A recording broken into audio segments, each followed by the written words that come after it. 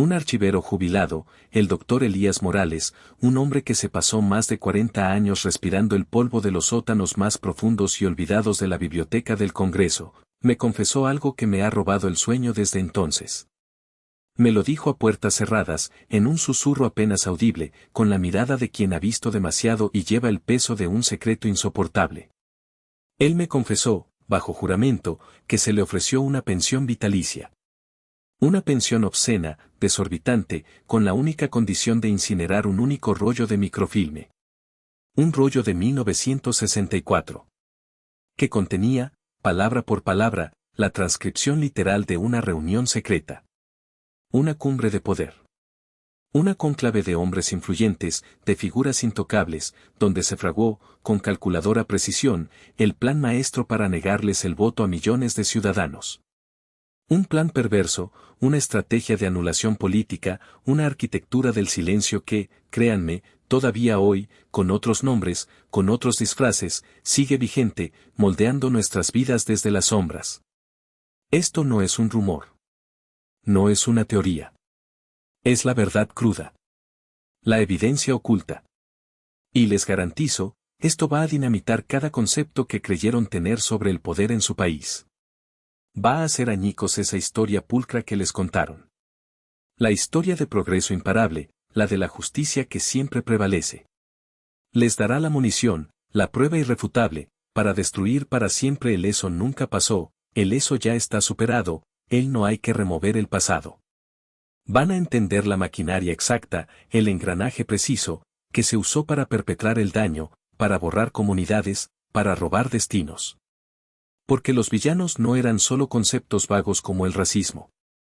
Eran hombres, con apellidos, con cargos, sentados en mesas de caoba, planeando el futuro de otros. El enemigo. El verdadero enemigo, no son las opiniones distintas. No es la ignorancia. Es la maquinaria del olvido oficial. La industria de la historia edulcorada, la que se niega a reconocer sus crímenes. Los legados familiares, esos nombres respetados, construidos sobre la sangre, el sudor y el silencio de generaciones aniquiladas. Son esos archivos estatales que, milagrosamente, pierden documentos clave. Son los medios corporativos que insisten en contarnos cuentos de hadas cuando la realidad es una pesadilla de la que aún no hemos despertado. Ellos son los guardianes de la mentira.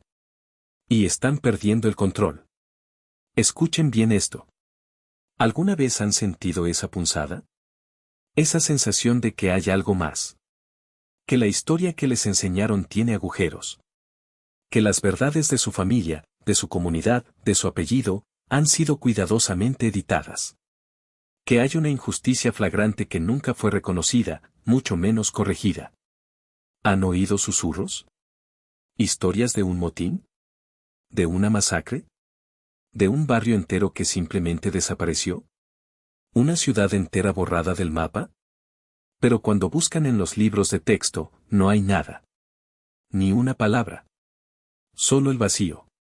Una página en blanco donde debería haber dolor y verdad. Soy Javier. No soy un profesor con una cátedra en una universidad de prestigio. No llevo un título que me legitime ante los ojos de esa academia que tanto se beneficia del silencio. Soy un excavador de verdades. Un archivista autodidacta. El nieto de gente a la que se le arrancó la tierra y la dignidad. Un nieto que un día decidió que los susurros de su abuela, sus historias contadas en voz baja junto a la chimenea, no eran solo viejas memorias, sino fragmentos de una verdad que clamaba por ser rescatada. Mi familia, mi propia historia, es un reflejo de esa supresión. Crecí con la certeza de que algo horrible había pasado, algo que se negaba a ser nombrado. Mis noches se van entre archivos digitales borrosos, bases de datos gubernamentales, periódicos viejos digitalizados, buscando nombres, fechas, conexiones. Y mis días los paso en bibliotecas polvorientas, en registros de la propiedad, en juzgados olvidados, persiguiendo cada migaja de información que la gente poderosa, la gente que heredó el beneficio de esa injusticia, deseó que desapareciera para siempre. Yo busco lo que ellos quieren enterrar. Y créanme, estoy encontrando cosas. Piénsenlo. Han estado allí, ¿verdad? Esa curiosidad, esa urgencia que no los deja dormir. Yo sé de lo que hablo. Una vez fui a un museo local. Un lugar pequeño, con ese olor a papel viejo y cera. Estaba buscando información sobre la comunidad afroamericana que mi abuela decía que vivía justo donde ahora hay un centro comercial. Le pregunté a la curadora, una mujer de unos 60, de voz suave, con el pelo recogido y gafas de montura fina. Le pregunté si tenían algo, algún registro, alguna foto de Green Valley, el pueblo que, según mi abuela, fue desmantelado en los años 60. Su sonrisa se tensó. Un parpadeo demasiado lento. Me miró, y no a los ojos. Desvió la vista hacia un jarrón de la época colonial. Me dijo, con una calma que me heló la sangre, «Ay, joven, creo que no tenemos registros de ninguna comunidad con ese nombre en esa ubicación. Quizás sea un error de memoria. Aquí solo guardamos lo que está documentado, lo que la historia oficial ha validado. Unas palabras. Tan pocas. Pero cada una era una bofetada. Un gaslighting en vivo. Me hizo sentir como un tonto, como si mi abuela hubiera inventado un pueblo entero.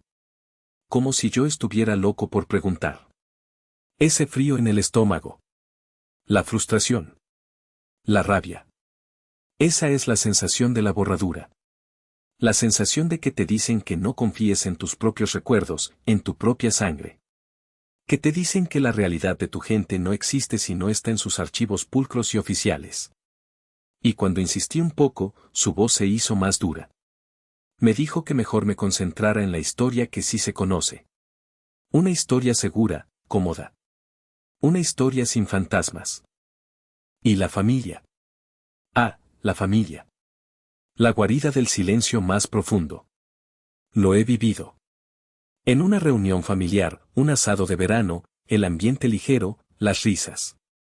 Mencioné, con una inocencia que ahora me parece ingenua, el nombre del tatarabuelo de mi bisabuelo, un hombre que, según viejos documentos que encontré en la casa de un pariente lejano, había sido parte de la milicia que pacificó una revuelta campesina. Un eufemismo, lo supe después, para masacre. Un ancestro celebrado en la rama de mi familia que heredó las tierras más prósperas. El silencio fue instantáneo. La risa se cortó. El chirrido del tenedor contra el plato, de repente, sonó ensordecedor. Vi a mi tía abuela, la que siempre tiene la última palabra, cambiar de color. Mi primo mayor, un abogado de éxito, se aclaró la garganta de forma incómoda. Y luego, el ataque. No a los hechos, sino a mí. ¿Por qué siempre tienes que remover el lodo, Javier? No podemos simplemente disfrutar. Estás deshonrando a la familia. No sabemos si eso es verdad, esas son historias viejas. Como si el honor de los muertos dependiera de la mentira de los vivos. La habitación se dividió. Algunos miraron el plato. Otros me fulminaron con la mirada. La cena terminó antes de tiempo. Esa sensación de ser un traidor por buscar la verdad.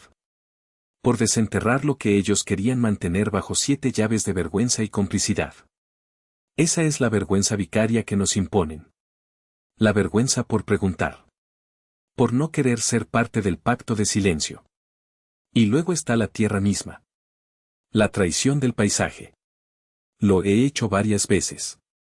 He conducido horas, siguiendo mapas antiguos, buscando los lugares donde esos susurros de mi abuela decían que hubo vida. Comida. Baile. Sueños. Fui al lugar donde, según sus recuerdos, se alzaba el vibrante barrio de El Jardín, una comunidad de afrodescendientes que cultivaban su propia tierra, tenían sus propias escuelas. Un lugar lleno de vida, de resistencia. Mi abuela lo describía con colores vivos, con el sonido de la música. Y cuando llegué, ¿qué encontré? Un Walmart gigante. Un estacionamiento infinito, lleno de coches anónimos. Y al otro lado de la carretera, un lote baldío, cubierto de maleza, con un cartel desgastado de se vende. Ni una sola placa. Ni un solo marcador. Ni una indicación de que allí, alguna vez, hubo algo más que concreto y consumo. La tierra misma se había convertido en cómplice, pretendiendo que nada había pasado. El viento silbaba entre los yerbajos, como el gemido de las almas olvidadas. Ese vacío frío, esa ausencia rotunda, es donde la historia debería estar. Es el eco de una mentira perpetrada por el mismo suelo que pisamos. El sistema de olvido es sofisticado. No se limita a quemar archivos. Opera con una eficiencia cruel.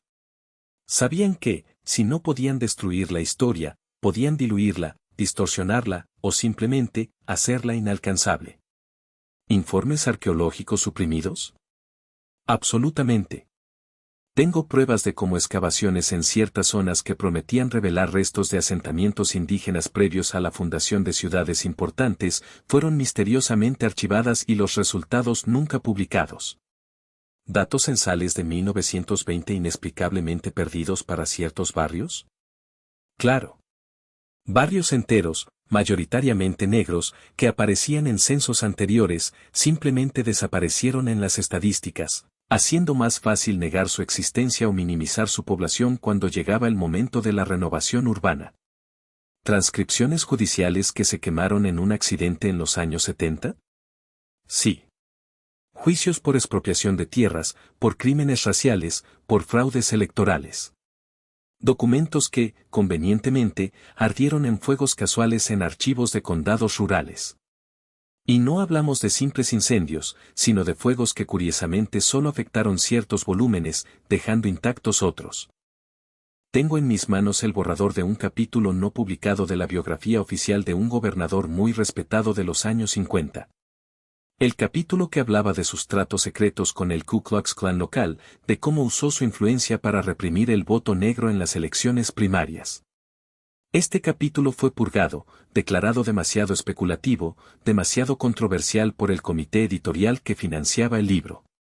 La verdad es que era demasiado cierto, demasiado comprometedor. Y aquí viene la parte más hiriente, mientras a ustedes, a sus hijos, a sus nietos, les enseñan en las escuelas públicas esa versión azucarada de la historia, la que borra la violencia sistémica y los crímenes de Estado. Las universidades de élite, esas instituciones reverenciadas, ofrecen seminarios privados.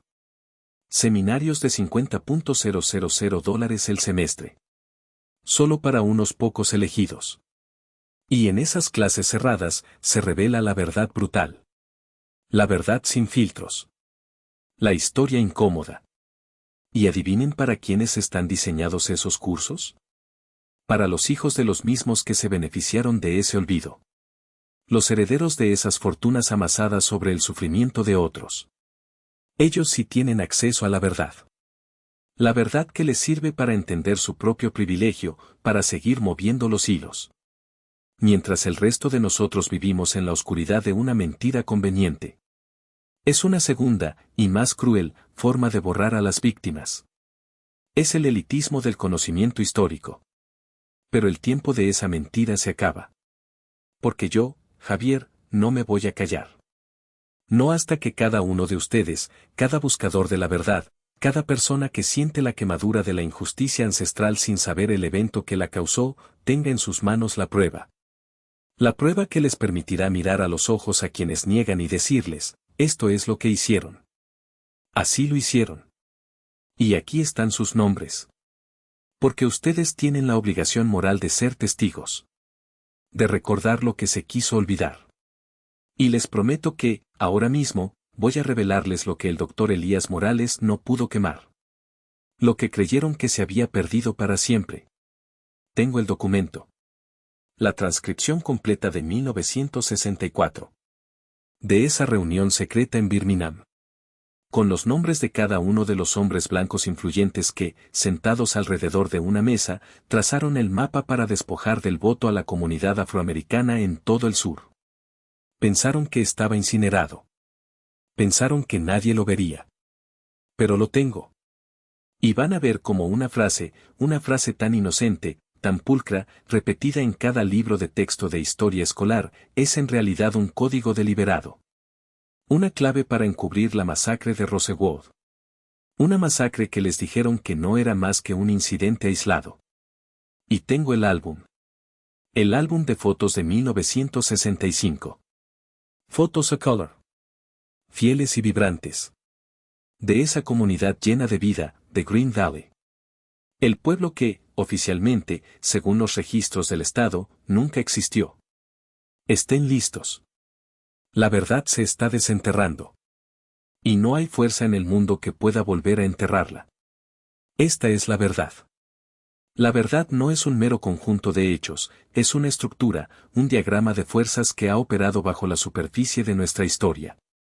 Lo que les he mostrado hasta ahora son las cicatrices, los rastros evidentes, pero lo que realmente quiero que vean, lo que nadie les ha enseñado a reconocer, es la arquitectura de la humillación racial. No estamos hablando de incidentes aislados, no son errores desafortunados o la malicia de unos pocos. Esto es el resultado predecible, el producto final de un sistema cuidadosamente diseñado, un guión silencioso de la supremacía blanca que se ha escrito y reescrito a lo largo de generaciones. Imaginen una ciudad. Una ciudad que creen conocer. Ven los edificios, las calles, los parques. Pero debajo, oculta a plena vista, hay una red de tuberías y cables. Un sistema invisible que distribuye poder, que dirige flujos, que descarta lo que no le sirve. Esa es la verdadera estructura del problema racial en su país. Lo que llamamos racismo no es un virus contagioso que ataca aleatoriamente, es el sistema operativo. Un programa malicioso que corre en segundo plano, ejecutando comandos que determinan quién tiene acceso, quién es borrado, quién es silenciado y quién prospera. Las microagresiones, esas pequeñas afrentas diarias que desgastan el alma, no son simples deslices. Son la muerte por 1000 cortes raciales, el goteo constante de un veneno que busca socavar tu sentido de valía. El sesgo racial implícito no es un defecto personal, es el reflejo condicionado de una sociedad racista que ha entrenado a sus miembros para ver la diferencia racial como una amenaza o una inferioridad, un programa instalado en el subconsciente colectivo. La violencia racial, cuando se hace pública, es un espectáculo, un recordatorio brutal del poder jerárquico, una puesta en escena para mantener a raya a quienes se atreven a desafiar el orden. Y el gaslighting racial sistémico, ese que les dice que sus recuerdos son erróneos, que su dolor es imaginario, que sus comunidades nunca existieron, es la herramienta maestra para despojar a las víctimas de su propia realidad, para hacerlas dudar de su cordura, para dejarlas a la deriva en un mar de incertidumbre. Ahora vean la mecánica racial. El primer componente de este sistema es lo que llamo el permiso silencioso de la complicidad racial. No es solo el racista activo quien perpetúa el daño. Es el vecino que mira hacia otro lado, el colega que ignora el chiste racista, el familiar que exige no remover el lodo para preservar la paz. Es la aprobación tácita, el no hacer nada, lo que engrasa las ruedas de la injusticia. Este silencio se convierte en un refugio para el agresor, una garantía de impunidad. Luego está la burocracia del odio racial, que se manifestó claramente en la negación del voto, en la desaparición de Green Valley, en la manipulación de censos. Es el racismo vestido de leyes, de formularios, de procedimientos administrativos que parecen neutrales, pero que están diseñados para discriminar. Es cuando el sistema legal, educativo, o de vivienda se convierte en un arma silenciosa.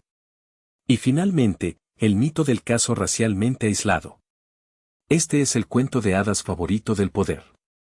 Cuando un incidente racial sale a la luz, siempre se presenta como una excepción, un individuo malo, una manzana podrida. Nunca como un síntoma de una enfermedad sistémica. Nunca como parte de ese manual de opresión que se ha estado escribiendo y siguiendo durante siglos. Este mito es la cortina de humo que oculta la vasta red interconectada de injusticia. Y ahora, hablemos de lo que nos han dicho que funciona, de las soluciones que se han predicado desde púlpitos y tribunas, pero que, en realidad, solo refuerzan el problema. Nos han dicho, solo ignóralo. ¡Qué perversidad! Ignorar el racismo es una automutilación espiritual racializada. Es como si te dijeran que te quites el sensor del dolor mientras la agresión racial metastatiza, convirtiéndose en un trauma racial profundo que se anida en tus huesos, en tus sueños, en la forma en que ves el mundo. Es apagar la alarma del incendio mientras tu casa se quema. Pregúntenle a cualquiera que haya pasado años ignorando el racismo si su sentido de dignidad racial está intacto. Les garantizo que los fantasmas de esos momentos racistas todavía persiguen sus noches, carcomiendo su paz. Otra solución popular fue un malentendido, dialoguen. Esto es como pedirle a la víctima que se ponga a fregar la sangre de su propia herida racial mientras el agresor se va de rositas. Es pedirle que agote su energía explicando su humanidad a alguien que sigue un manual escrito precisamente para negársela, un manual llamado privilegio racial. El verdadero diálogo requiere igualdad de poder, y el racismo, por su propia naturaleza, existe para destruir esa igualdad primero. Es una trampa, una forma de mantenerte ocupado, de agotarte, mientras el sistema se ríe. Los que proponen esto nunca están en la posición de tener que justificar su existencia, su valía. Nunca tienen que convencer a sus opresores de que son dignos de ser escuchados. El diálogo es valioso, sí, pero no puede ser el primer paso cuando la base misma de la humanidad ha sido negada. Y la acción legal, nos dicen, es el camino. Demanda, lleva a la justicia. La acción legal por sí sola es, en muchas ocasiones, una mutilación financiada de un síntoma. Puede que corte una rama, que haga caer a un funcionario, que imponga una multa. Pero el sistema radicular del poder racial permanece intocado, subterráneo, creciendo de nuevo con más fuerza y de forma más discreta en su próxima manifestación. Es como tratar de curar una enfermedad crónica con analgésicos. Te alivia el dolor temporalmente, pero la causa subyacente sigue allí, esperando el momento para resurgir. Los que invierten en esta solución como la única, a menudo son los mismos que se benefician de un sistema que perpetúa la desigualdad, un sistema que puede permitirse pagar esas ramas cortadas sin que le duela demasiado. Y la más insidiosa de todas, sé la persona más grande, perdona y olvida. Este es un mandato para la amnesia racial impuesto a la víctima, no por su bien, sino para mantener el motor del abuso racial bien lubricado y silencioso. El perdón es una elección personal y sagrada que la víctima puede o no hacer, en su propio tiempo y por sus propias razones. Pero el olvido forzado, es una herramienta de opresión. Es un acto de violencia adicional que borra la historia, el sufrimiento, la lucha, y libera al agresor de cualquier responsabilidad real o futura. ¿Acaso pedirían a un país en guerra que perdone y olvide los crímenes de guerra sin justicia ni reconocimiento? Claro que no. Pero se lo exigen a individuos y comunidades racializadas. Pregúntenle a cualquier persona que haya sido obligada a perdonar y olvidar el racismo si alguna vez ha sentido verdadera paz. La paz sin justicia es una tregua falsa, un descanso temporal antes de que el ciclo de abuso se reinicie. Esto es la clave de la trampa racial. Lo que hemos estado haciendo es responder a las manifestaciones del racismo como si fueran eventos aleatorios, individuales, morales. Pero no lo son. Son piezas de un mecanismo. Entender este motor del racismo es el primer paso para desmantelarlo. ¿Y de dónde viene esta comprensión? No de las universidades de élite que esconden la verdad en seminarios caros. Viene de los que han vivido bajo el látigo de ese sistema por generaciones. Esta es una verdad que ha sido suprimida, marginada, ridiculizada. Pero es una verdad poderosa, forjada en la experiencia y en la resistencia. Los ancianos de comunidades negras e indígenas, junto con psicólogos radicales en los años 60 y 70, empezaron a mapear la violencia psíquica del racismo. Ellos entendieron cómo el sistema no solo atacaba el cuerpo y la propiedad, sino también la mente, el espíritu, la identidad. Su trabajo, que revelaba la profundidad de este daño psicológico, fue sistemáticamente silenciado, archivado y desacreditado por las instituciones que se beneficiaban de mantener el statu quo. Era demasiado peligroso, demasiado revelador. También existieron estudios suprimidos de salud pública. Investigaciones serias sobre los impactos fisiológicos del estrés y el desgaste racial en el cuerpo. Documentaron cómo el racismo crónico no solo causaba enfermedades mentales, sino también físicas, hipertensión, enfermedades cardíacas, diabetes. Mostraron cómo el cuerpo racializado era un campo de batalla donde el trauma se manifestaba a nivel celular. Estos estudios, que hubieran forzado una reevaluación radical de la sociedad, fueron convenientemente perdidos o desfinanciados. No convenía reconocer que la arquitectura del silencio no solo afectaba el alma, sino que estaba literalmente matando a la gente. Y lo más profundo de todo, las antiguas estrategias de resistencia cultural y espiritual, preservadas en historias orales, en cantos, en prácticas comunitarias. Desde los quilombos de resistencia en América Latina, donde los esclavos liberados crearon comunidades autónomas, hasta los Hush Harbors en los Estados Unidos. Esos lugares secretos donde las comunidades esclavizadas se reunían para practicar su fe y mantener viva su cultura lejos de la mirada opresora. Estas comunidades entendieron la supervivencia no solo como escapar físicamente, sino como burlar los juegos mentales del sistema. Desarrollaron una sabiduría intrínseca para proteger su mente, su espíritu, su dignidad. Sabían que, si no podían cambiar el mundo exterior, podían fortalecer su mundo interior. Esta sabiduría ancestral, combinada con la ciencia crítica, nos da una herramienta. Yo la llamo el protocolo de decodificación de la realidad racial. No es una teoría académica más, es una guía para la supervivencia, una estrategia para el empoderamiento. Te enseña a ver el cableado racial detrás del interruptor de la ofensa, a reconocer el programa que está funcionando. En lugar de sentir la punzada de la injusticia y no saber por qué, aprendes a identificar el patrón. Este protocolo desarma la trampa racial internalizada antes de que se cierre sobre tu autoestima, antes de que el gaslighting te haga dudar de tu propia verdad. Te da el lenguaje, la perspectiva y la autoridad para nombrar lo que está ocurriendo, para no quedarte atrapado en la confusión y la vergüenza. Transforma el evento racista aislado en una página legible del manual de opresión del sistema. No es una agresión aleatoria, es un manual, y ahora sabes cómo leerlo. Imagina la liberación. Quiero que visualicen esto. Les prometo una restauración profunda, personal y colectiva. Primero, piensen en la próxima vez que se enfrenten a una microagresión, a un comentario despectivo, a esa sensación de ser minimizado por su raza. Ya no se sentirán confundidos, avergonzados o enojados sin saber por qué. Reclamen su narrativa racial. Ustedes caminarán por esa habitación donde ocurrió el incidente, o se encontrarán con esa persona, y en lugar de cargar la vergüenza o la herida, llevarán el análisis preciso de la dinámica de poder racial que se desarrolló. No solo verán la ofensa, verán la intención sistémica detrás de ella. Conocerán el capítulo del manual que se está aplicando. Esto no es solo reaccionar, es entender la mecánica, y con ese entendimiento, llega una autoridad inquebrantable.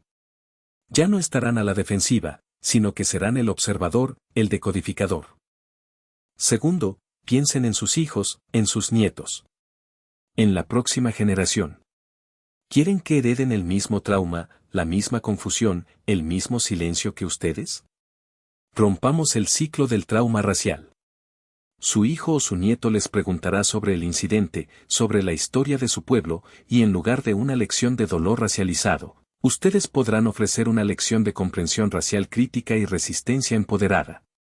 Podrán decirles, esto es lo que pasó, así funciona, y así es como nos protegemos, así es como respondemos, así es como construimos nuestro futuro sobre la verdad, no sobre la negación. Les darán las herramientas para navegar un mundo racializado, no como víctimas, sino como conocedores, como estrategas. La ignorancia no será su herencia, sino la claridad. Y tercero, la transformación más profunda. Mírense al espejo. Ya no verán a una víctima del racismo, sino a un especialista en un sistema racial que no crearon, pero que ahora dominan. Esa es la recuperación de la soberanía sobre su propia mente racializada y su historia. Dejan de ser objetos pasivos de la historia para convertirse en sujetos activos, en narradores de su propia verdad, en guardianes de la memoria. La quemadura de la injusticia ancestral se convierte en un fuego sagrado, en una fuerza motriz. Su dolor se transmutará en una autoridad innegable, en una voz que no puede ser silenciada porque habla desde la verdad más profunda y descodificada. Se convierten en un faro para otros, en una prueba viviente de que la verdad no solo libera, sino que fortalece hasta el alma. Ya no preguntarán por qué, sabrán cómo y por quién. Este conocimiento, el protocolo de decodificación de la realidad racial, es peligroso. Es peligroso para el statu quo racial, para aquellos que se benefician del silencio y de la confusión. Es la munición que dinamitará sus mentiras. No puedo revelar todo de golpe. La información debe ser manejada con cuidado. Es por eso que solo voy a revelar el primer paso práctico para desarmar el racismo a aquellos que están viendo esto ahora. En este preciso momento, tienen una oportunidad única. Cuando este video alcance un cierto número de vistas, cuando llegue a una masa crítica de personas que están despertando a esta verdad, la presión de aquellos que están invertidos en el silencio racial para enterrarlo aumentará exponencialmente. Saben lo que tengo, saben lo que estoy a punto de compartir. No quieren que llegue a sus manos. Este es su momento para equiparse, para entender. Esto es más que un video, es una iniciación. No se queden atrás, porque la batalla por la verdad no perdona la indecisión. La verdad está aquí, esperando ser usada. La primera acción práctica de esta estrategia de decodificación para incidentes raciales es sencilla, gratuita y, lo más importante, innegablemente intelectual. La llamamos el ejercicio de reconocimiento de patrones raciales. Durante una semana, quiero que cargues contigo un pequeño cuaderno o uses las notas de tu teléfono. Cada vez que sientas esa punzada familiar, esa microagresión, el comentario codificado, la mirada despectiva, no la interiorices. No permitas que se asiente en tu alma. Documéntala con una frase precisa: hoy, a las, hora, en, contexto, persona/acción, desplegó, táctica racial específica, eje, estereotipos, control de tono, exclusión, para provocar, reacción esperada, vergüenza, silencio, ira. Esto no es llevar un diario de tu dolor. Eso ya lo has hecho, y te ha dejado exhausto. Esto es psicología forense aplicada a tu vida. Te transformas de blanco pasivo de agresión racial a investigadora principal, estratega inquebrantable. Tomas esa herida racial difusa y la conviertes en datos categorizados, precisos. Mueves la experiencia de tu sistema límbico emocional donde residen el miedo y la ira a tu corteza prefrontal analítica, la parte que piensa, razona y desmantela. Cada vez que anotas un patrón, construyes un expediente. Dejas de ser la víctima de incidentes aislados para convertirte en la experta que identifica operaciones sistemáticas. Antes, cada incidente se sentía personal, un ataque a tu valía. Ahora, cada anotación es una pieza de evidencia. Revela una maquinaria. ¿Ves el poder? Dejas de ser el objeto para ser el sujeto, el experimento para ser el científico. La vergüenza que acompañaba al incidente se disipa porque ya no preguntas qué hice mal, sino qué táctica usan aquí. Despersonalizas el ataque. Este simple acto de documentar es el primer paso para desmantelar la arquitectura invisible del racismo en tu vida. Es un acto de soberanía. Una vez que nombras la estrategia, su poder sobre ti disminuye. Deja de ser un fantasma para ser un movimiento predecible. Lo predecible puede ser contrarrestado. Es el momento de dejar de ser el blanco y convertirte en el observador. La diferencia es abismal. Y los resultados son asombrosos. Ahora, aquí está la prueba de que esta estrategia funciona, no solo en teoría, sino en la vida real, transformando el dolor en poder. Escuchen esta historia de transformación racial. Me la compartió un hombre, un profesional excepcional, que durante años enfrentó microagresiones constantes en su trabajo, bromas veladas sobre su ascendencia, comentarios sobre su articulación sorprendentemente buena. Cada día era una batalla silenciosa, una erosión de su espíritu. Se sentía atrapado, consumido por la vergüenza y una ira que no podía expresar. Cuando le presenté el ejercicio de reconocimiento de patrones raciales, se mostró escéptico. Me dijo: ya estoy agotado de revivir estas cosas. Le aseguré que esto no era revivir, sino diseccionar. A regañadientes, comenzó.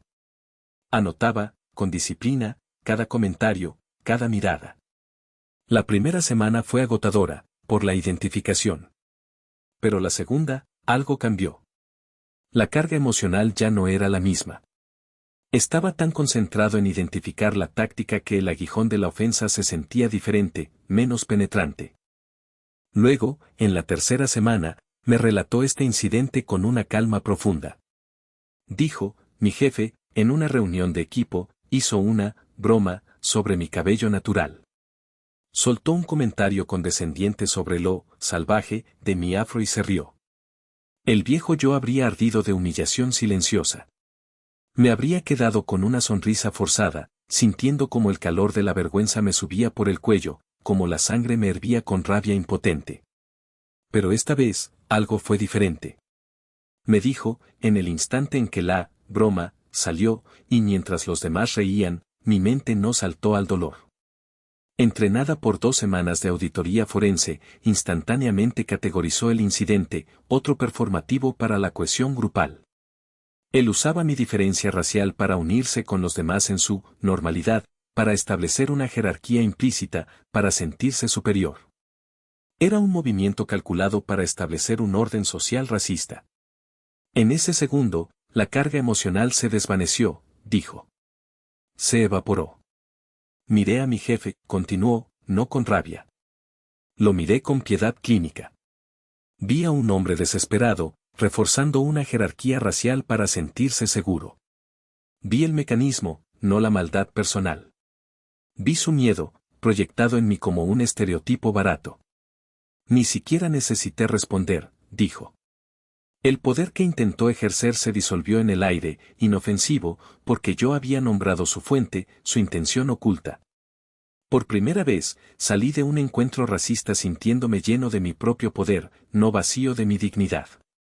El veneno no encontró dónde agarrarse. Se disipó. Era como si, al diagnosticar el virus, hubiera desarrollado el anticuerpo psicológico. Fue liberador. Sentí una paz, una claridad que nunca antes había asociado con el racismo. Ese es el cambio fundamental.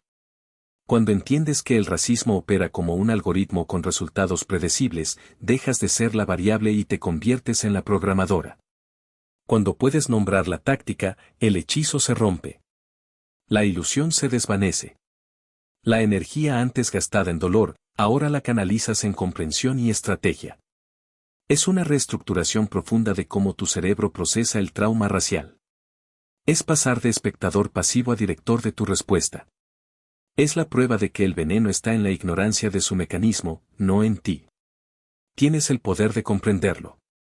Pero no me crean solo a mí o a esta historia. A veces, la verdad más profunda es revelada por quienes intentan ocultarla. Prepárense para esto, porque confirmará lo que su instinto ya le susurraba. Este documento expone el sistema.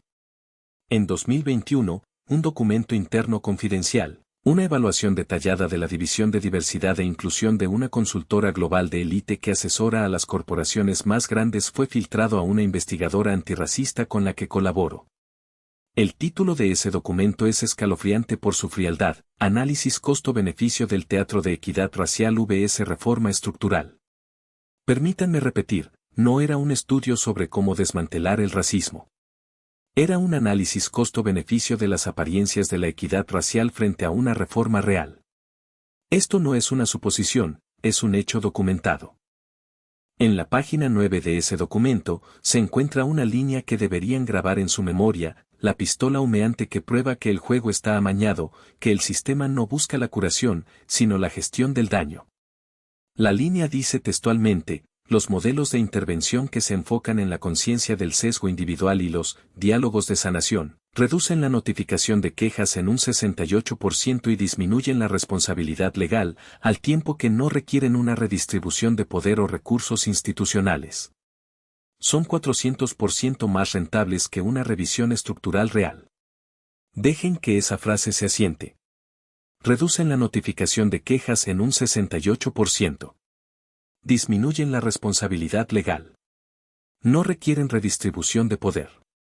400% más rentables que una revisión estructural real. ¿Entienden lo que esto significa? El objetivo de la solución es que el mainstream les vende esas iniciativas de diversidad e inclusión a menudo vacías, esos talleres sobre sesgos inconscientes no es desmantelar el racismo. Su objetivo no es la curación genuina. Su objetivo es sedarlos. Anular su voz. Enseñarles a gestionar su dolor, a tolerar las microagresiones, a procesar su trauma, para que la máquina siga funcionando sin interrupciones. Es una estrategia de control de daños. Un tranquilizante para la disidencia. Una forma de decir, el problema no es el sistema, sino cómo tú reaccionas. Es la manifestación de lo que ya sentían, que los programas oficiales son un placebo, diseñados para aliviar la presión sin abordar la raíz. Diseñados para hacerles creer que el cambio ocurre, mientras las estructuras de poder permanecen intactas, más fortalecidas, porque su resistencia ha sido cooptada. Este documento no es una teoría. Es el testimonio de los ingenieros del sistema, revelando su diseño. La confesión de cómo las instituciones han convertido la gestión del resentimiento en un modelo de negocio. Han monetizado su dolor y han desarrollado estrategias para amortiguar sus gritos de justicia. Han entendido que la forma más efectiva de mantener la injusticia es dar la apariencia de que se está abordando. Pero saber esto no es para la desesperación. Es para la claridad. Es para la rabia santa que precede a la acción significativa. Al revelar su truco, nos dan la clave para desarmarlos. Demuestra que no son invencibles. Demuestra que están diseñando una respuesta, lo que significa que podemos diseñar la nuestra. Este documento es la prueba definitiva de que el juego está amañado, sí, pero conocer las reglas amañadas es el primer paso para romperlas, para reescribir un nuevo juego, para dejar de jugar su juego por completo. Su solución es la anestesia. Nuestra solución es el despertar total. Con esta comprensión, con el ejercicio de reconocimiento de patrones como tu nueva lente y esta revelación de los engranajes ocultos del sistema como tu mapa, te abres a una transformación total. Permítanme pintarles un cuadro vívido de un día en la vida de alguien que ha interiorizado plenamente este conocimiento y ha aplicado el protocolo contra el racismo. Imagina tu jueves perfecto. Te despiertas sin el peso ancestral de la ansiedad racial. Te despiertas con ligereza, con la mente clara. Bebes tu café, no preparándote para las microagresiones, sino planificando tu creatividad, tus proyectos. El nudo en tu estómago que antes era constante se ha disuelto. Tu energía, antes gastada en defensa, ahora fluye hacia la construcción, la alegría. Vas al trabajo. Un colega intenta hacer gaslighting sobre una interacción con un cliente con connotaciones raciales. Sientes el viejo disparador, pero ahora, junto a esa punzada, se sienta tu analista interno, tu estratega.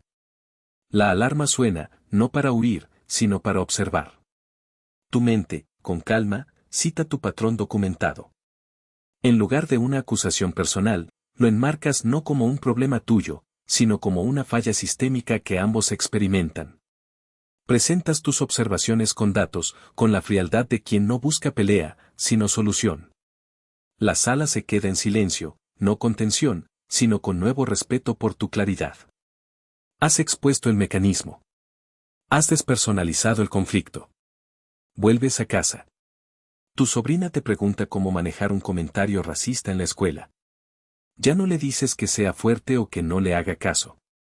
Le enseñas el primer paso de la auditoría, nombrar la táctica, identificar el patrón. La empoderas para que vea el diseño, no la culpa. Le das una herramienta para desarmar la agresión antes de que se arraigue en su psique. Le enseñas a no cargar el veneno, sino a identificarlo y disiparlo. Te miras al espejo al final del día. La persona que te devuelve la mirada ya no es solo una sobreviviente del racismo.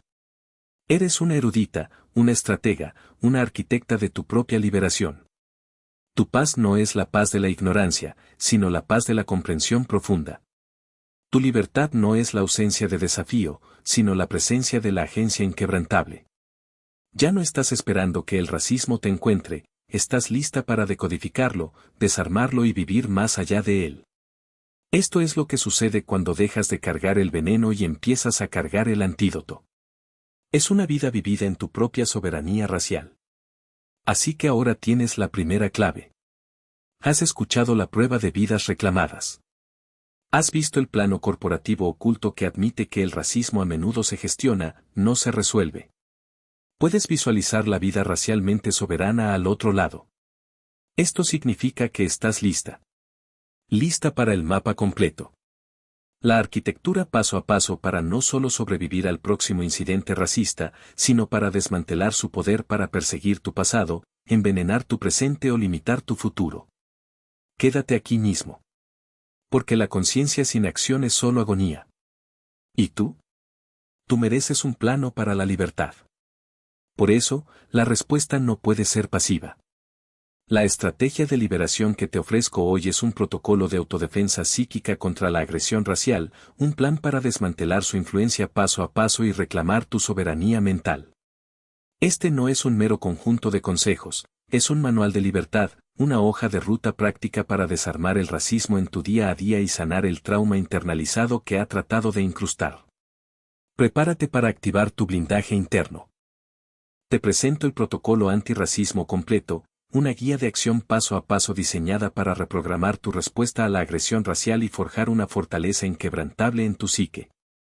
Este protocolo se basa en los pilares de nuestra comprensión de cómo funciona el racismo y cómo podemos desactivar sus bombas emocionales y psicológicas. Son 3 pasos lógicos, no negociables, que transformarás en hábitos de poder. El primer pilar es la auditoría del incidente racial. Durante los próximos 7 días, vas a implementar el ejercicio de nombramiento diario con una actualización crucial. Cada microagresión o incidente racista que encuentres no solo lo nombrarás, sino que lo categorizarás. Esto no es solo sentir el dolor, es compilar un expediente de inteligencia. Vas a clasificar cada interacción, ¿es una jugada de poder racial? Esto es cuando alguien intenta afirmar su dominio o superioridad basándose en la raza, buscando establecer una jerarquía donde tú estás por debajo. Piensa en comentarios condescendientes, miradas de desdén, o acciones que te niegan espacio o autoridad por tu origen. La intención es clara, recordarte tu lugar en un sistema racializado.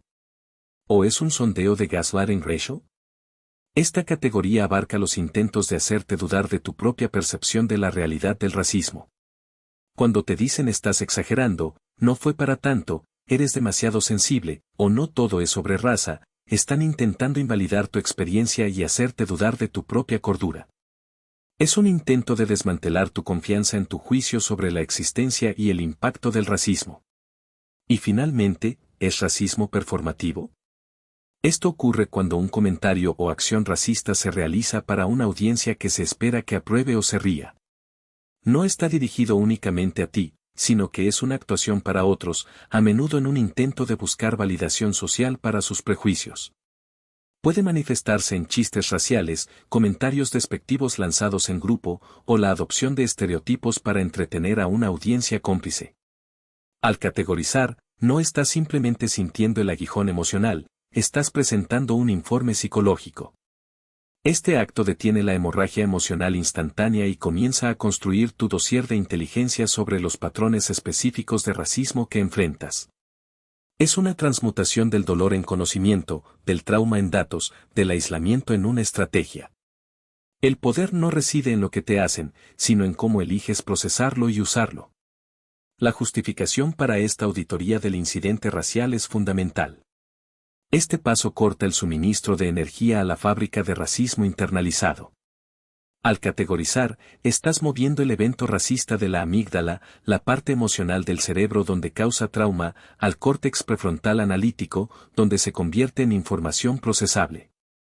Estás desarmando la bomba de la vergüenza, el autocuestionamiento y la herida silenciosa. El racismo prospera en la ambigüedad, en la sensación de que quizás me lo imaginé o quizás es mi culpa. Al ponerle nombre y categorizarlo, lo sacas de las sombras de la duda y lo expones a la luz de la razón. Con cada incidente categorizado, estás construyendo no solo un mapa de las agresiones, sino también un escudo interno. Estás pasando de ser el objetivo pasivo a ser el analista activo. Este proceso te permite ver el racismo no como un ataque personal a tu valía, sino como un patrón predecible de un sistema defectuoso. Despersonalizas la agresión y recuperas tu poder al entender que el problema no eres tú, sino la ideología que lo impulsa. Esto es esencial para desmantelar la narrativa de que hay algo mal contigo y reemplazarla con la verdad de que hay algo mal con el sistema que te ataca. Es un acto de profunda autoafirmación y soberanía intelectual. El segundo pilar es el ejercicio de desapego psíquico, rompiendo el gancho psíquico del racismo. Una vez que has nombrado y categorizado un incidente, activas un ritual mental de 10 segundos. Visualizas las palabras o acciones racistas no como una verdad personal sobre ti, sino como un mensaje pregrabado del viejo sistema de supremacía blanca o jerarquía racial. Imagina un muro literal de cristal silencioso e impenetrable que se interpone entre tú y ese sonido, esa imagen, esa energía. Durante esos 10 segundos, respiras profundamente y reconoces, esto no trata sobre mi valía. Esto es la ideología del racismo hablando a través de una boca. Este ritual no es negar la existencia del racismo o tu dolor, es, por el contrario, un acto consciente de desprendimiento para evitar que el ataque se arraigue en tu psique. Es una pausa activa que interrumpe el ciclo de absorción de toxicidad. No puedes controlar lo que dicen o hacen, pero sí puedes controlar cómo permites que te afecte. Este ejercicio está diseñado para crear esa distancia crucial. En esos 10 segundos, te conectas con tu ser interno, con tu valor inherente, y reafirmas que la agresión externa es un reflejo de la enfermedad del perpetrador, no de tu propia esencia. La justificación de este ejercicio de desapego psíquico es instalar un cortafuegos psíquico contra la toxicidad racial. Cuando el racismo golpea, intenta depositar una capa de óxido de inferioridad, vergüenza o duda en tu mente. Este ejercicio funde ese óxido. Impide que el mensaje racista se incruste en tus creencias fundamentales sobre ti mismo. Al visualizar ese muro de cristal, estás creando una barrera simbólica que te permite ser testigo de la agresión sin internalizarla. Comprendes que el racismo es una narrativa externa, una ideología, un programa corrupto, y que tú no eres su portador ni su receptor final. Este acto de desapego es una forma de higiene mental. Es como limpiar un filtro después de que ha atrapado la suciedad, no dejas que la suciedad se mezcle con el agua limpia. Estás entrenando a tu mente para reconocer el ataque, pero no para absorberlo. Es una técnica vital para mantener la integridad de tu autoestima y evitar que las semillas del racismo echen raíces en tu jardín mental. Cada vez que realizas este ejercicio, refuerzas la convicción de que tu valor es intrínseco e inalterable, ajeno a las proyecciones y prejuicios de otros. Estás, en esencia, declarando tu independencia emocional del control racializado externo. Este ejercicio es tu afirmación de que, aunque el racismo exista en el mundo, no tiene por qué existir dentro de ti como una verdad sobre quién eres. Es un escudo, pero también un espejo que devuelve la fealdad del racismo a su origen. El tercer y último pilar es la recuperación narrativa, escribiendo tu propia historia. Al final de cada día, toma uno de los incidentes racistas documentados y reescribe el guión. Escribe la respuesta poderosa, tranquila y de una sola frase que podrías haber dicho para afirmar tu humanidad, o la acción digna que podrías haber tomado para reclamar tu espacio. No se trata de ensayar una confrontación para una futura pelea, sino de una profunda reprogramación subconsciente. Estás literalmente imprimiendo un nuevo código en tu mente, el código de la dignidad y la autoridad racial.